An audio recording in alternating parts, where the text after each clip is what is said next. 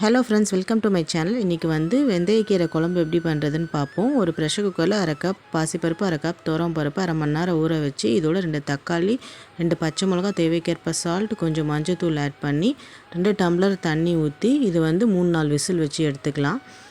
இப்போது ஒரு கடாயில் 2 டேபிள் ஸ்பூன் ஆயில், 1 ஸ்பூன் கடுகு, 1 ஸ்பூன் ஜீரகம், இதோட 2 வெங்காயம், இது வதங்கின பிறகு 1 ஸ்பூன் மல்லித்தூள், 1 ஸ்பூன் சில்லி பவுடர். ஆல்ரெடி 2 பச்சை மிளகா ஆட் பண்ணியிருக்கிறதால காரம் கம்மியாக ஆட் பண்ணிக்கிறேன். உங்களுக்கு காரத்துக்கு ஏற்ற நீங்கள் யூஸ் பண்ணிக்கோங்க சில்லி பவுடரை. இப்போது கீரையை நல்லா அலசி பொடியாக நறுக்கி இதில் ஆட் பண்ணிக்கிறேன்.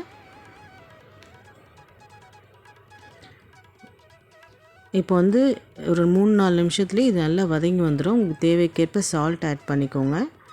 இந்த ஸ்டேஜில் பாருங்கள், அதுக்குள்ளே வதங்கி வந்துருச்சு. இப்போ நம்ம பருப்பும் நல்லா வெந்துருச்சு, நல்லா குழைய. இப்போ இதில் நம்ம கீரையை ஆட் பண்ணிக்கலாம். கீரையை ஆட் பண்ணிவிட்டு ஒரு நல்லா மிக்ஸ் பண்ணிவிட்டு இதோட நான் 1 டம்ளர் போல் தண்ணி ஆட் பண்ணுறேன். ஏன்னா ரொம்ப கெட்டியாக இருக்குது. உங்களுக்கு தேவைக்கேற்ப தண்ணி ஆட் பண்ணிக்கலாம். நல்லா மிக்ஸ் பண்ணிவிட்டு ஒரு கொதி வந்த பிறகு நம்ம இறக்கிக்கலாம். அவ்வளோதான் ஃப்ரெண்ட்ஸ், கீரை குழம்பு ரெடி. இந்த ரெசிபி பிடிச்சிருந்தால் லைக் பண்ணுங்கள், ஷேர் பண்ணுங்கள், கமெண்ட் பண்ணுங்கள், சேனலை சப்ஸ்கிரைப் பண்ணிக்கோங்க ஃப்ரெண்ட்ஸ். தேங்க்ஸ் ஃபார் வாட்சிங்.